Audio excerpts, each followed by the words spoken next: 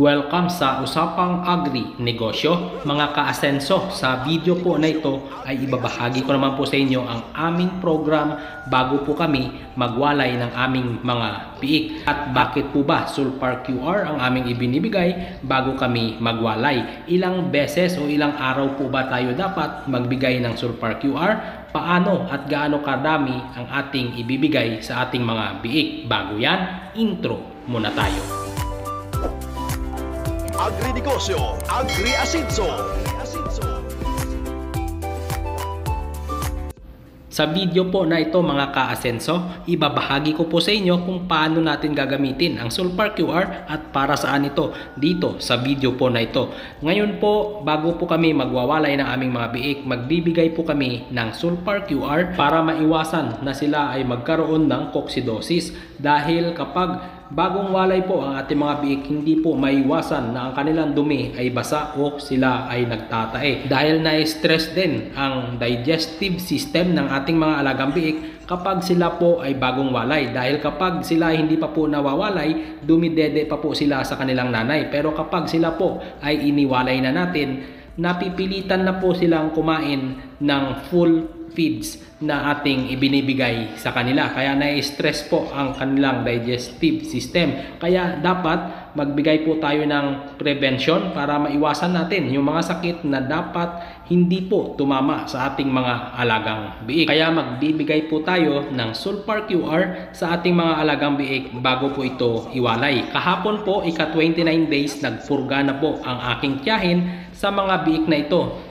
Ang pagpupurga po kasi natin sa ating mga biik ay ika-30 days mula po nung sila ay ipinanganak. Pero kahapon, January 30, nagpurga na ang aking tiyahin. Kaya ngayong araw, ika-January 31, ika-30 days nila, magbibigay na po kami ng Sulpar QR. 3 days straight po ang pagbibigay natin ng Sulpar QR sa ating mga alagang biik bilang prevention para maiwasan po natin na sila ay magtae at magkaroon ng coccidia o coccidosis at cholera. Uulitin ko, ang pagbibigay ng Sulpar QR, ika-31 days after natin magpurga, 3 days straight yan bago po tayo magwalay. Pero kung maaga po tayo magwawalay, eksaktong 30 days, sa ika-26 days magpurga na po tayo sa ating mga alagang biik. Tapos yung 3 araw nun, magbigay tayo ng Sulpar QR para maiwasan natin yung mga sakit na dapat hindi tumama sa ating mga alagang biik. Dahil kapag nagpapalit po tayo ng pagkain o yung feeds ng ating mga alagang biik, nagsisimula na po na magiging basa ang kanilang tae. Dahil ngayon, booster feeds po ang kanilang kinakain. Magpapalit na po kami ng pre-starter feeds sa ika-36 days nito. Kaya kailangan natin magbigay ng Sulpar QR. Dahil pag nagpalit po kasi tayo ng feeds, na-stress po ang digestive system ng mga biik na ito at doon po lumalabas ang coccidosis. Kaya mag-flushing na po tayo para ma-prevent po natin yung coccidia o coccidosis. Gaano kadaming Sulpar QR ang ating ibibigay o paano ang pagtimpla nito? Ang isang sachet, 5 grams po ang sukat niyan. Titimplahin po natin sa 2 liters ng tubig. Yan po ang ibibigay natin sa ating biik. Ang oras ng pagbigay namin ng Sulpar QR sa mga biik na ito ay alas 7 ng umaga. Pagdating po ng alas 10:30 na ubos na po nila yung 2 liters. Ang sukat po ng pagbibigay nito ay wala pong exact na sukat sa bawat biik. Basta ang isang sachet, timplahin lang po natin sa 2 liters ng tubig. Ibigay po natin lahat yan sa mga biik na yan. Mostly, 8 biik na po ang makakainom yan hanggang sa 15 na pirasong biik. Pagdating po ng alas 12, kapag hindi pa po nila naubos yung 2 liters ng Sulpar QR nating tinimpla, itapon na po natin. Tapos na po yan kasi kapag sumobra na po doon sa oras na yon, mapapanis na po yung gamot na yan. Baka lalo pa po silang magkasakit dahil panis na ang gamot na kanilang ininom. Ganun lang po ang gawin natin. Titimpla tayo ng 2 liters ng tubig sa isang sachet ng Sulpar QR. Ipainom lang po natin yan sa kanila sa umaga, mga around 6:30 to 7 AM.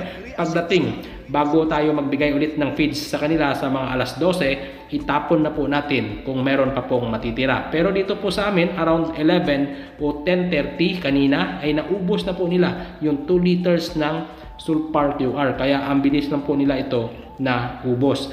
at pinapakain po namin sila sa sahig dahil kung i-dilute namin ang sulfur QR sa feeds, masasayang lang po dahil hindi po sila basta-basta kumakain ng basang feeds. Ayan po, habang nakakulong po sila doon sa kabila, pinapakain po namin yung aming inahin, at ang aming pinapakain dito sa aming inahin, grower feeds na po, at ang dami ng kanyang kinakain, nasa 3 kilo na lang from 4.5 kilos na lactating feeds. Transition na po ito dahil magwawalay na nga po kami sana ng aming mga biik, kaso hindi pa po tapos ang pig pen na aming paglalagyan niya sa kabila. Makikita nyo po sa dulo ng video na ito kung ano na po ang itsura ng pig pen na kanilang paglilipatan. Ayan po, nakikita ninyo ang aming biik, patuloy pa rin po silang kumakain ng booster feeds na nandyan sa sahig dahil dry feeding lang po kami sa booster feeds kapag tanghali na at sa hapon. Pero sa umaga, dinidilute po namin yung kaunti doon sa Vitamin Pro water soluble powder para mas lalo pa po nilang maubos yung Vitamin Pro na nandyan sa kanilang feeder. At kitang-kita nyo naman po sa kanilang pangangatawan sa edad nila na 30 days ngayon dahil January 31, pinanganak ito ng January 1 ng gabi. Mamaya po, tingnan po ninyo sa timbangan kung gaano na po kabigat ang mga biik na ito. Talagang mamangha po kayo sa edad nila na 30 days, nagkakatimbang na po sila ng mahigit sa 10 kilo. Ito panoorin po natin, titimbangin po ito ng aking tiyahin. At ganito lang po ang aming pagtitimbang. Pasensya na po kayo, hindi nyo po makikita ang eksaktong kilo, pero sasabihin po ng tiyahin ko ang timbang ng bawat biik na ito. 2 biik lang po ang aming titimbangin, yung maliit lang na babae at ang pinakamalaking lalaki.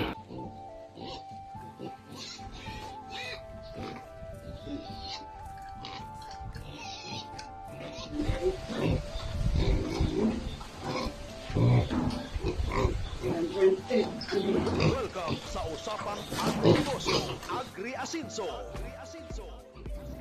Yan po ang babae na pinakamaliit, 10.8 po ang timbang niyan. At ito naman po ang pinakamalaki na lalaki dahil almost the same na po ang pangangatawan ng mga lalaki naming mga baboy. Ito po ang kanyang timbang naman.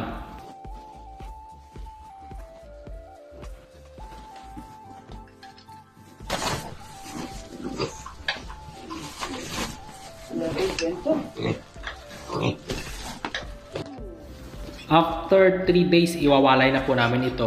Abangan po ninyo ang pag-aalaga namin sa aming mga alagang biik na ito. 3 days po kami magbibigay dito ng sulfur QR. At ito na po ang pig pen na kanilang paglilipatan. Malapit na po ito matapos. Mga 2 days lang po ay tatapusin na po ito ng aking tiyuhin. Medyo matagal ang paggawa nito dahil sa umaga nagbibilad pa po ng palay ang tiyuhin ko. Pagdating naman ng tanghali dahil mainit na, dito naman sa aming pig pen nagwe-welding. At ang kagandahan po ng pig pen na ito, hindi na po ipapasok doon sa loob yung tabo na may lamang feeds para ipakain sa aming mga alagang baboy. Dito na po sa labas ilalagay at ibubuhos dyan sa kanilang feeder. At dito po sa harap, 8 po na baboy ang pwedeng kumain dyan. Magdadagdag pa po kami ng 4 doon sa gilid para maging 12 po ang kanilang pagkainan. Hanggang dito na lang po ang video na ito. Abangan nyo pa po ang next na update.